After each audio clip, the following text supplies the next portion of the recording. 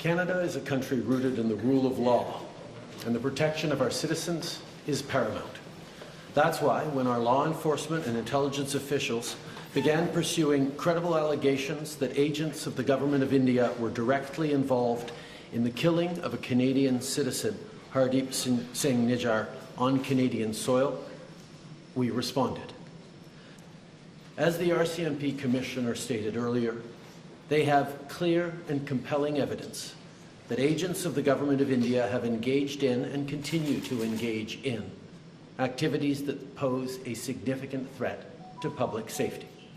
This includes clandestine information gathering techniques, coercive behaviour targeting South Asian Canadians, and involvement in over a dozen threatening and violent acts, including murder. This is unacceptable.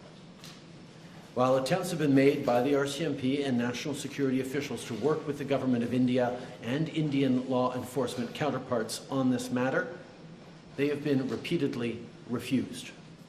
This is why, this weekend, Canadian officials took an extraordinary step.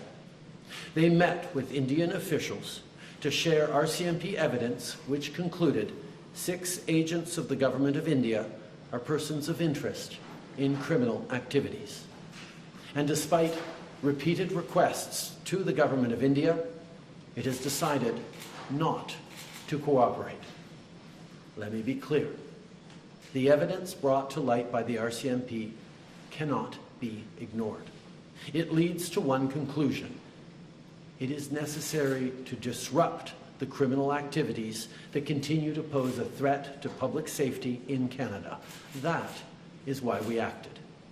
Because we will always, first and foremost, stand for the rights of Canadians to feel safe and secure in their own country.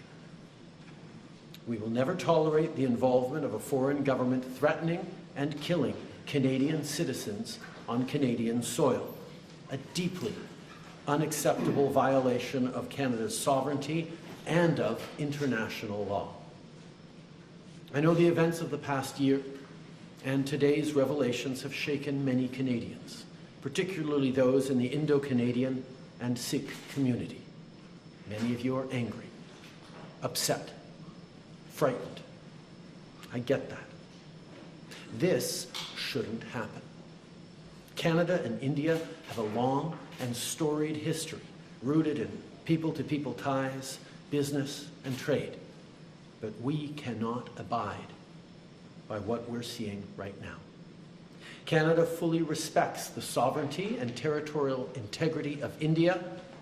We expect the Indian government to do the same for Canada. As Prime Minister, it is my responsibility to provide reassurance to those who are feeling their safety has been compromised, but most importantly, it is my responsibility to take action and to never hesitate in doing what is necessary to protect Canadians. That is precisely what we are doing today. I'll now turn it over to Minister Leblanc to provide additional details on these developments. Dominic. Thank you very much, Prime Minister. Bonjour à tous. For many Canadians, particularly Indo-Canadians and members of the Sikh community, this news will be understandably very upsetting. The actions that are alleged to have taken place on Canadian soil are indeed a grave violation of our sovereignty and of Canada's rule of law. But I also hope that Canadians find relief in knowing that our law enforcement and national security agencies are working to keep them safe and to hold to account those who seek to harm Canadians.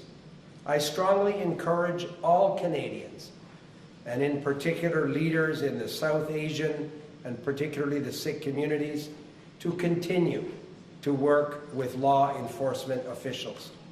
For generations, people from every corner of the globe have come to Canada seeking a better life, precisely because they felt that the Canadian government would duly fulfill one of our most fundamental duties, to keep them safe.